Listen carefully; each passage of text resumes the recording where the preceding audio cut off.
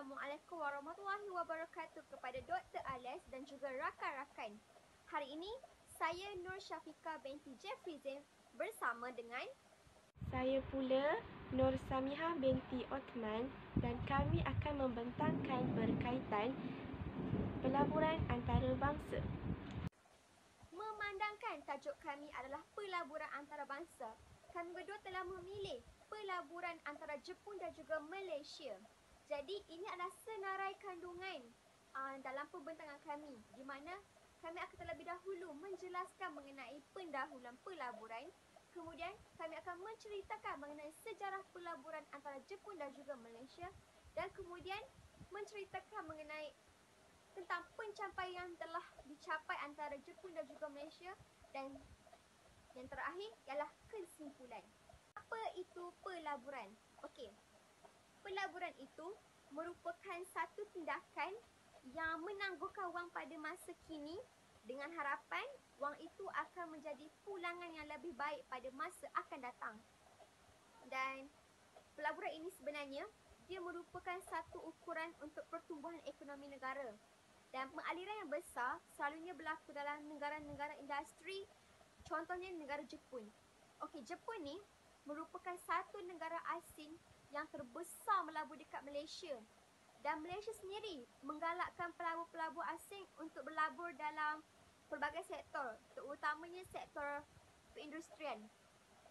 Dan langkah utama Malaysia untuk menggalakkan pelabur asing ni, mereka telah membuka satu pejabat seberang laut oleh pembangunan Lembaga Pembangunan Pelaburan Malaysia ataupun MIDA sejak tahun 1972.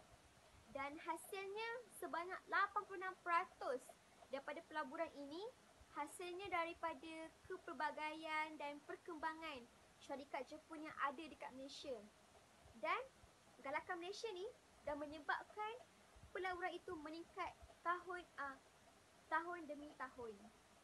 Dan antara pelaburan utama Jepun ialah berkaitan dengan sektor perindustrian dan juga perbuatan. Contohnya pembuatan mesin, lepas tu peralatan pengangkutan dan produk elektrik dan elektronik. Okey, kebanyakan pelaburan ini, pelaburan dekat Malaysia ni datangnya daripada Jepun, supaya Jepun nak mencapai objektif untuk menjadi sebuah negara perindustrian. Dan bagi mencontohi kemajuan Jepun, Malaysia dah buat beberapa dasar untuk mengikut model pembangunan Jepun, dan paling jelas ialah dasar pandang ke timur. Sekarang saya akan serahkan kepada pembentang seterusnya untuk menceritakan mengenai sejarah pelaburan Jepun dan juga Malaysia. Seterusnya saya akan menerangkan berkaitan perkembangan sejarah pelaburan Jepun di Malaysia. Pada tahun 1969, pelaburan Jepun di Malaysia ini telah meningkat dengan sangat ketara sejak liberalisasi peraturan pelaburan asing di Jepun. Manakala pada tahun 1960, sebelum 1960, terdapat hanya 15 buah firma Jepun di Malaysia. Tetapi menjelang tahun 1980-an, jumlah firma Jepun di Malaysia ni telah meningkat sebanyak 300 buah firma, dan jumlah pelaburan Jepun di Malaysia ini juga telah meningkat sebanyak 1 milion ringgit. Jepun menggantikan Amerika Syarikat ini sebagai pelabur asing terbesar di Malaysia. Okey, seperti pendapat Kojima pada tahun 1978, faktor utama yang menentukan pelaburan Jepun di negara-negara luar ini ataupun di negara-negara membangun ini adalah kelebihan perbandingan. Sektor perindustrian Jepun selepas Perang Dunia Kedua adalah berintensifkan buruh. Apabila pembangunan Jepun ini semakin pesat, kos tenaga kerja dan bahan-bahan mentah juga semakin meningkat, dan ini menyebabkan firma-firma Jepun ni mula memindahkan operasi mereka ke negara-negara yang membangun, yang mempunyai bekalan buruh yang lebih banyak dan murah berbanding modal. Okey, seterusnya berkaitan dengan pelaburan Jepun di Malaysia semasa era Tengku Abdul Rahman.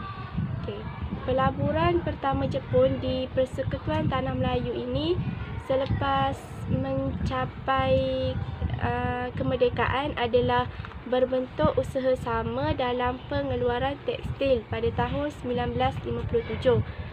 Okey, sehingga tahun 1958 terdapat sekurangnya dalam 10 buah pejabat cawangan firma perdagangan Jepun dekat Malaysia di Persekutuan Tanah Melayu. Okey, pelaburan Jepun dalam sektor pembuatan Persekutuan Tanah Melayu ini bermula selepas tahun 1957. Okey, seterusnya pada melalui usaha sama rakan kongsi tempatan, beberapa syarikat Jepun ni mereka melabur dalam industri makanan, tekstil dan tembikar pada akhir tahun 1950. Okey, manakala menjelang tahun 1961 terdapat usaha sama Jepun ni dengan syarikat di Malaysia ini dalam pembuatan ubat gigi, kepingan asbestos, barangan laut, asid glutamik dan kepingan besi. Okey, keyakinan Jepun ni terhadap kestabilan politik dekat Malaysia ni dapat dilihat melalui kewujudan 40 buah syarikat perlombongan perindustrian yang bernilai RM70 juta, iaitu di Persekutuan Tanah Melayu dan Singapura pada awal tahun 1960-an. Pelaburan Jepun yang berorientasikan ekspor ni mula mengalir dekat Malaysia pada pertengahan tahun 1960-an. Okey.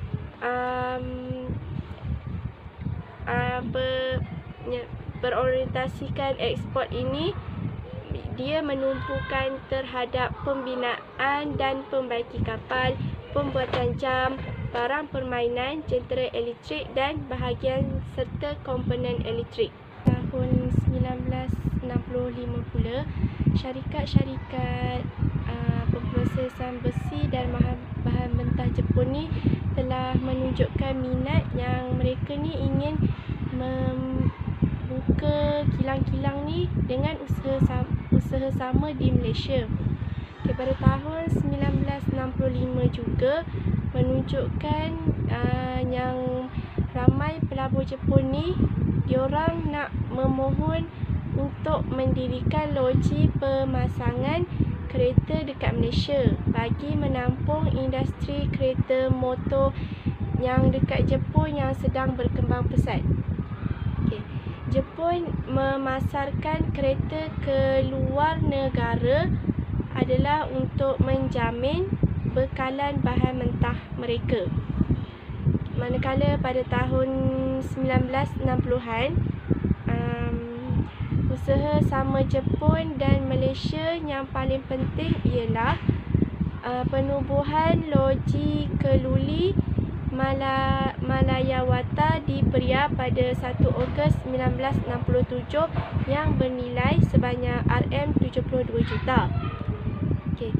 Menjelang tahun 1969, pelaburan Jepun yang terbesar di Malaysia adalah yang melibatkan Lombong Kupru Mamut di cerun Gunung Kinabalu dekat Sabah.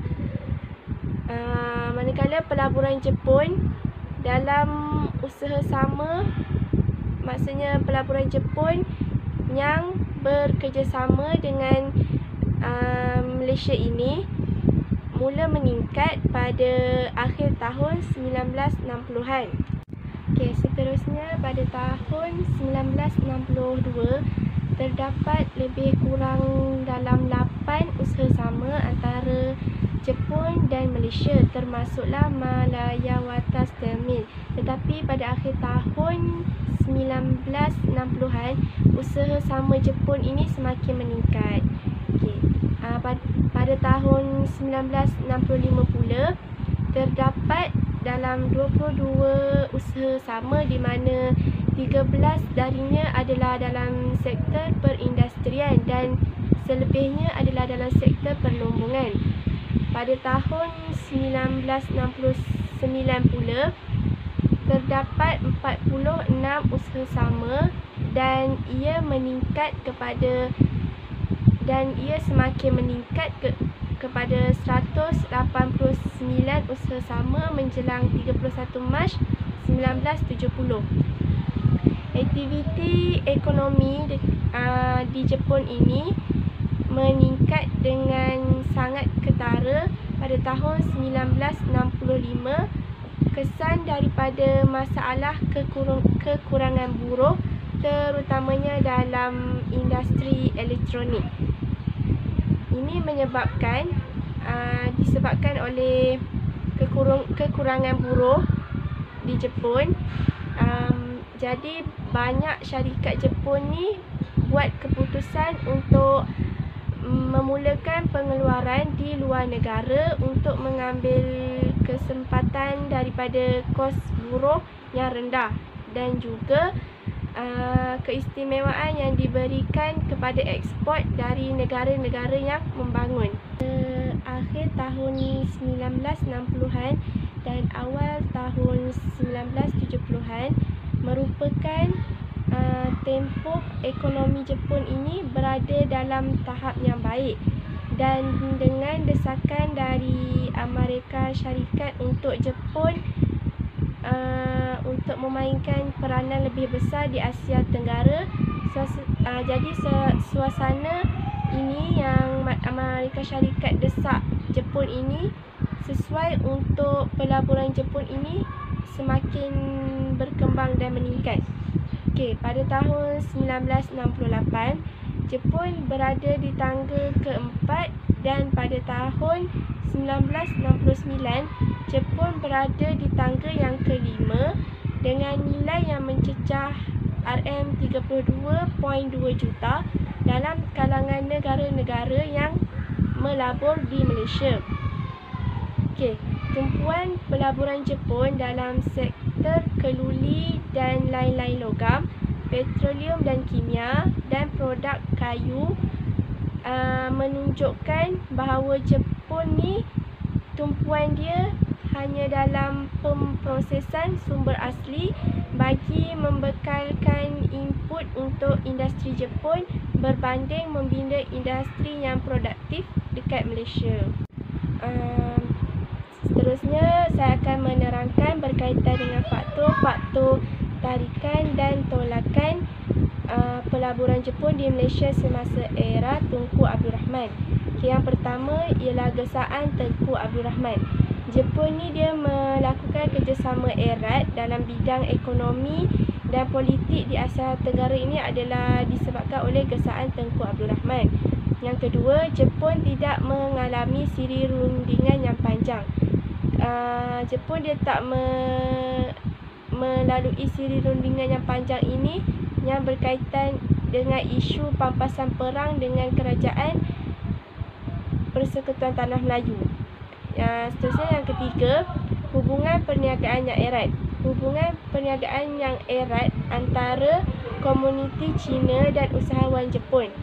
Seterusnya, pakej pelaburan menarik.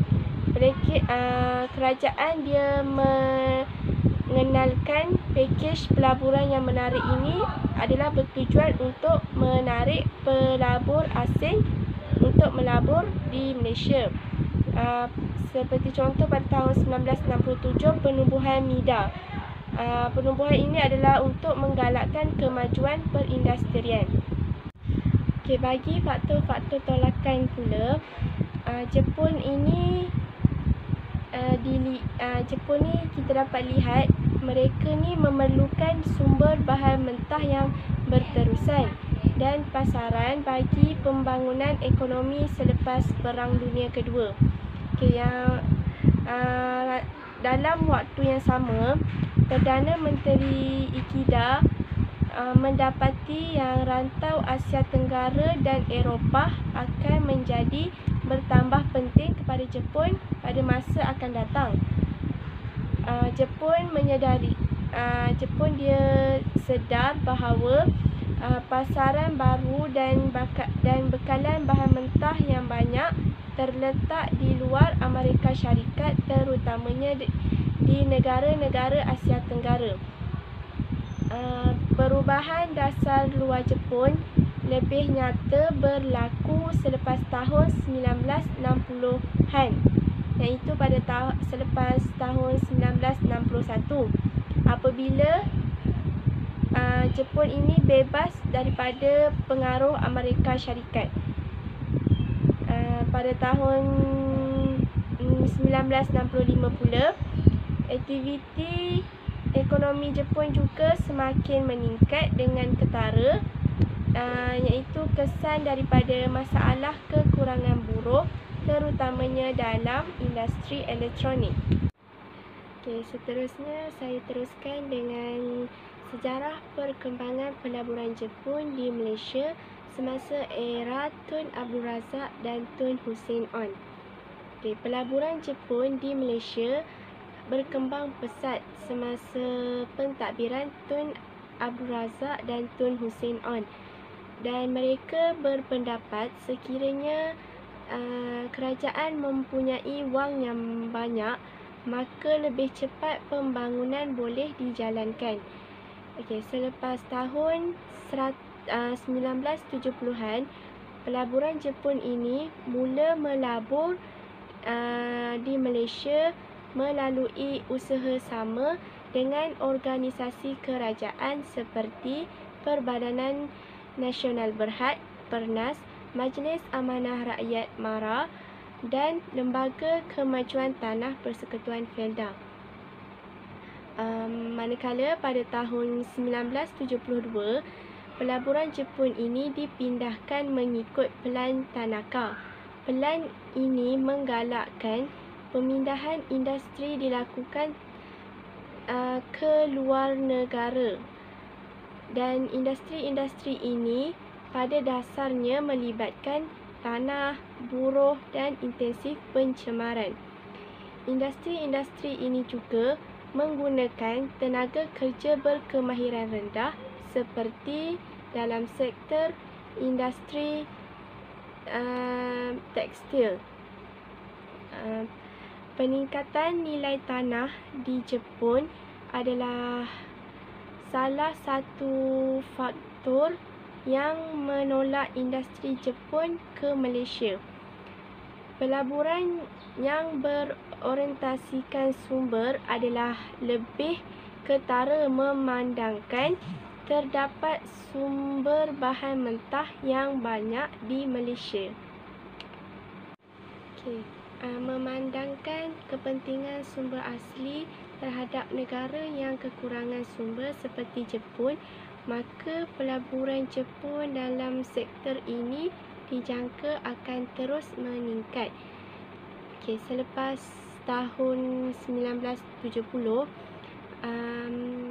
pelaburan Jepun mula mencari peluang untuk meningkatkan pegangan pasaran dan daya saing ekspor atas dasar tenaga buruh yang murah dan suasana pelaburan yang ditawarkan oleh Malaysia.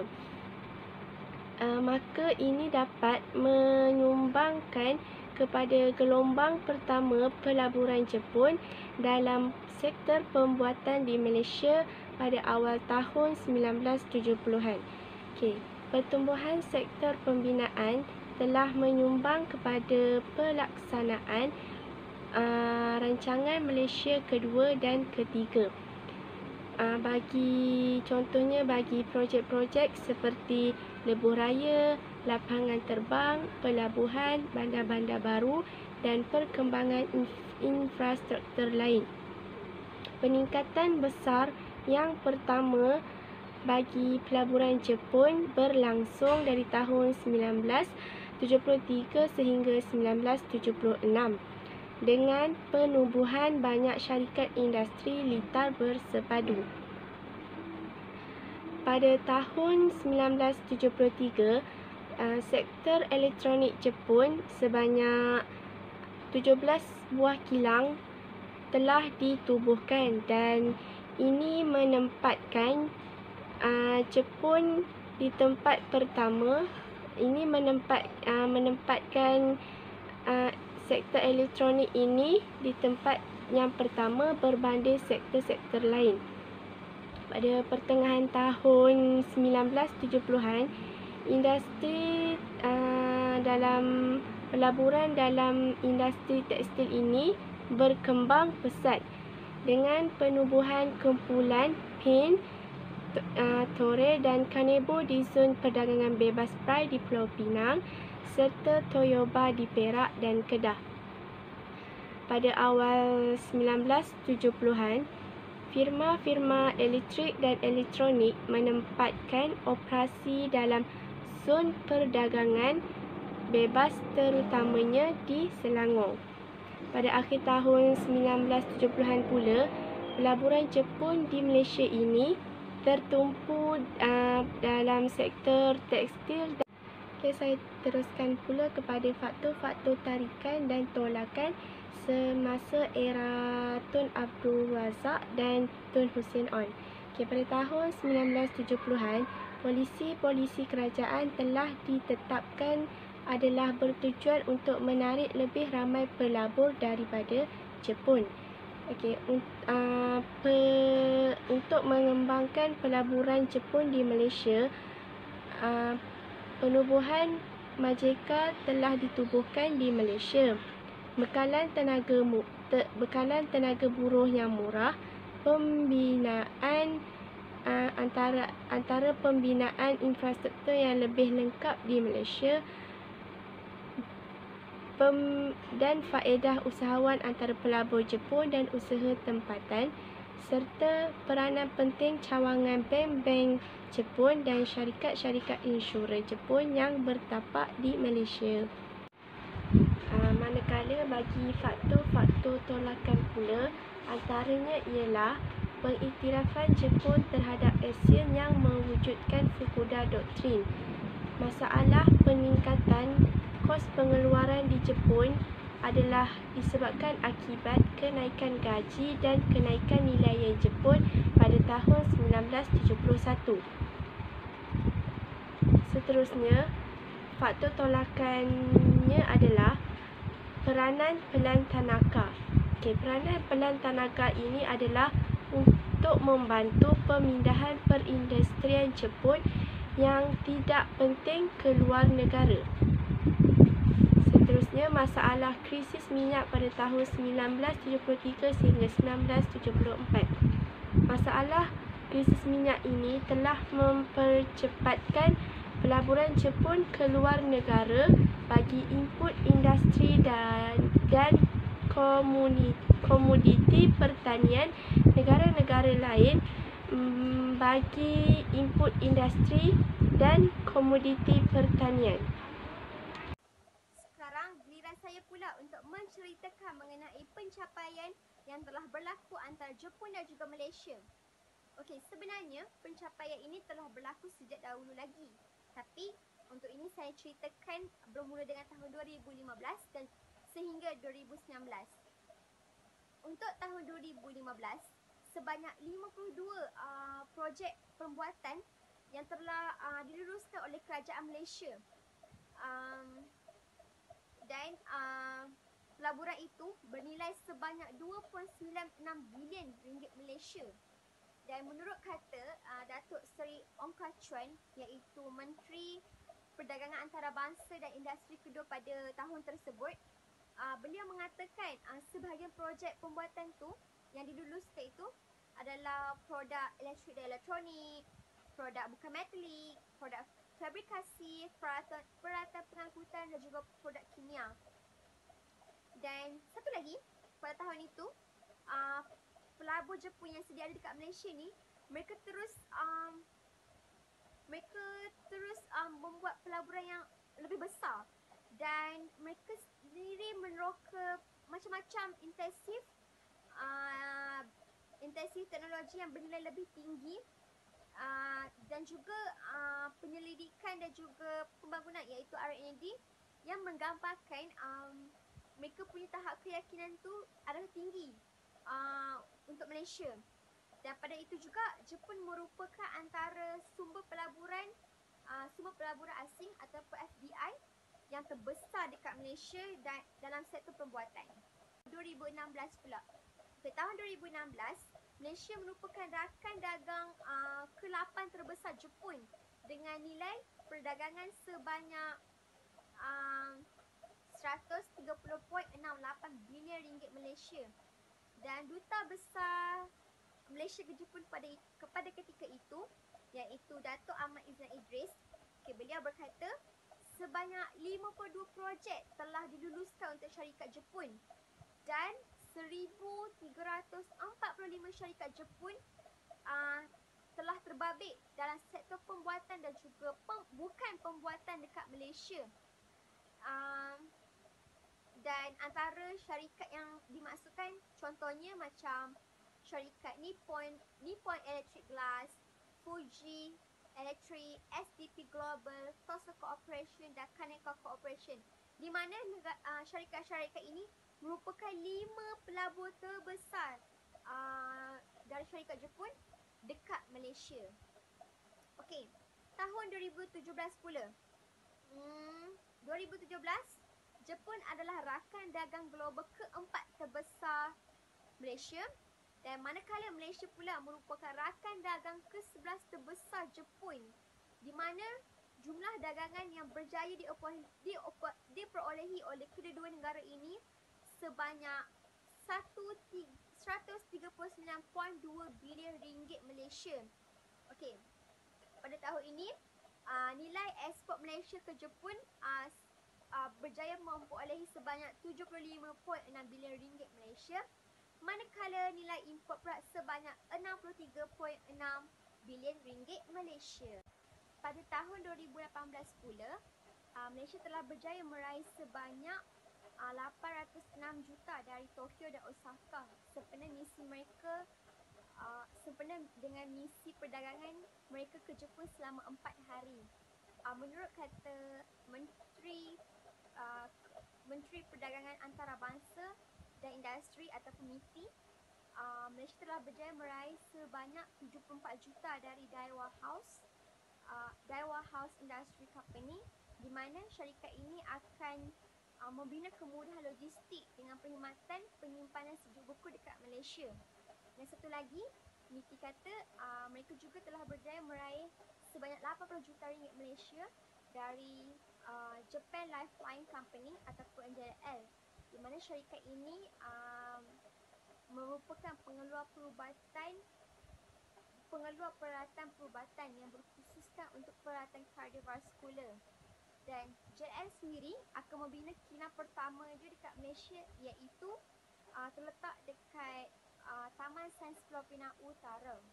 Okey, kedua-dua pelaburan ini adalah dari Tokyo, dan pelaburan ini berpotensi sebanyak 1.08 bilion ringgit Malaysia, dengan kebanyakannya pelaburan ini tertumpu dekat industri petrokimia, perubatan dan juga logistik. Okey, pelaburan dari Osaka pula. MITI telah berjaya menarik pelaburan sebanyak 355 juta dari Daikin Industry, iaitu pengeluar penghawa dingin. Selain daripada pusat pengedaran kumpulan Daikin Malaysia dan juga aktiviti R&D, Daikin sendiri telah membina kilang baru dekat Malaysia. Okey, satu lagi, MITI juga telah berjaya menarik pelaburan dari Daiichi Seiko Company, di mana syarikat ini mengeluarkan bahagian plastik untuk pengesanan automatis. Okey, Daiichi ni dia ada satu pasaran dekat Malaysia, iaitu terletak di Taman Teknologi Nusajaya dekat Johor. So bagi Osaka, potensi pelaburan dia adalah sebanyak 1.05 bilion ringgit Malaysia. Okey, lepas tu pelaburan dekat Osaka ni dia banyak tertumpu dalam industri elektrik dan juga elektronik. Manakala untuk aktiviti perdagangan pula, mereka berpotensi dalam sektor perkilangan, produk isi rumah dan juga produk DIY. Okay, tahun 2019, tahun di mana pelabur Jepun rasa tidak yakin untuk berlabur dekat Malaysia ekoran daripada isu 1MDB. Tapi menurut kata Menteri Kewangan pada ketika itu, iaitu Lim Guat Eng, beliau berkata Jepun telah kembali yakin untuk berlabur dekat Malaysia sebab mereka nampak keyakinan Malaysia mengenangani isu tersebut. Dan satu lagi, Jepun bukan saja berminat untuk berlabur dekat Malaysia, bahkan pelabur Jepun sendiri membawa pelaburan yang baru dan juga mereka nak membesarkan pelaburan yang sedia ada dekat Malaysia. Satu lagi, menurut kata Menteri Perdagangan Antarabangsa dan Industri, iaitu Datuk Darryl Lanking, beliau berkata pengurusi besar syarikat dekat Jepun dah bagi jaminan yang tinggi untuk meningkatkan pelaburan dekat Malaysia sebab mereka yakin dan percaya dengan pentadbiran kerajaan Malaysia. Okey, satu lagi, semasa lawatan Perdana Menteri ke Jepun, iaitu Dr. Mahathir, Malaysia berjaya mendapat pelaburan ratusan juta, yang bukan saja dari segi kewangan, malah juga daripada segi teknologi yang canggih. Dan pada 30 Mei 2019, Dr. Mahathir telah menghadiri satu dialog perniagaan Malaysia-Jepun, anjuran bersama MIDA dan Pertubuhan Perdagangan Luar Jepun untuk bertemu dengan syarikat Jepun yang utama seperti Mitsubishi Corporation, Sumitomo Corporation, Sankyo, Mitsui, Kawasaki Heavy Industry dan juga NEC. So kita nampaklah kat sini Malaysia berjaya menarik minat kembali para pelabur Jepun untuk berlabur dekat Malaysia. Berserta dengan slide ini, kami telah lampirkan dua keping gambar, iaitu gambar pertama mengenai Lembaga Pembangunan Pelaburan Malaysia ataupun MIDA dengan Organisasi Perdagangan Luar Jepun ataupun JETRO yang telah menandatangani memorandum kerjasama MOC pada tahun 2016. Manakala gambar kedua pula, Ketua Pegawai Eksekutif MIDA yang merasmikan MI Services Malaysia Sdn Bhd ataupun MIS, iaitu sebuah hub operasi global kepada syarikat pengeluar alat muzik elektronik terkemuka dunia, iaitu Roland Corporation. Baiklah, untuk kesimpulan bagi perkembangan sejarah pelaburan Jepun ini, pelaburan Jepun mula berkembang pada akhir tahun 1960-an, di mana pada waktu itu terdapat hanya kira-kira dalam 8 usaha sama Jepun, dan pada akhir tahun 1960-an itu juga usaha sama semakin meningkat pada akhir tahun tersebut. Tumpuan pelaburan Jepun adalah kepada pemprosesan sumber asli bagi membekalkan input untuk industri Jepun. Manakala pada pelaburan Jepun semasa pentadbiran Tun Abdul Razak dan Tun Hussein Onn semakin berkembang pesat, di mana mereka berpendapat jika kerajaan mempunyai wang yang banyak, maka pembangunan boleh dijalankan. Okey, aktiviti utama syarikat-syarikat Jepun adalah dalam pengeluaran tekstil dan produk tekstil, peralatan pengangkutan, elektrik dan elektronik, pengilangan makanan, logam dan sebagainya. Kesimpulan yang boleh dibuat ialah kita boleh lihat yang pelaburan Jepun ni bertumpukan dalam pemprosesan sumber asli sebab Jepun sendiri kekurangan bahan mentah, dan pelaburan ini sebenarnya telah meningkat sejak era pemerintahan Tun Abdul Razak lagi sampailah sekarang. Kita boleh tengok peningkatan itu berlaku tahun demi tahun. Dan pelaburan dari Jepun sendiri sebenarnya telah meningkatkan banyak kesan. Contohnya, Jepun telah mencatatkan jumlah terbesar dalam industri dekat Malaysia, dan secara tak langsungnya dia membantu Malaysia untuk maju dalam ekonomi supaya dapat bersaing dengan negara-negara yang lain. Dan hubungan yang wujud ni antara Malaysia dengan Jepun ni sebenarnya sebab saling kebergantungan. Jepun sendiri kekurangan bahan mentah, contohnya macam getah dan biji timah. Jadi Malaysia yang membantu, dan Malaysia sendiri memerlukan modal pelaburan. Jadi Jepun pula yang membantu Malaysia untuk mendapatkan modal tersebut untuk membuka tapak-tapak perindustrian dekat Malaysia. Dan kita boleh tengok sampai sekarang saling kebergantungan tu ada. Dan satu lagi, Malaysia dia ada kemahiran tenaga manusia yang agak murah dan dapat digunakan oleh syarikat Jepun walaupun bukan bertempat dekat Malaysia.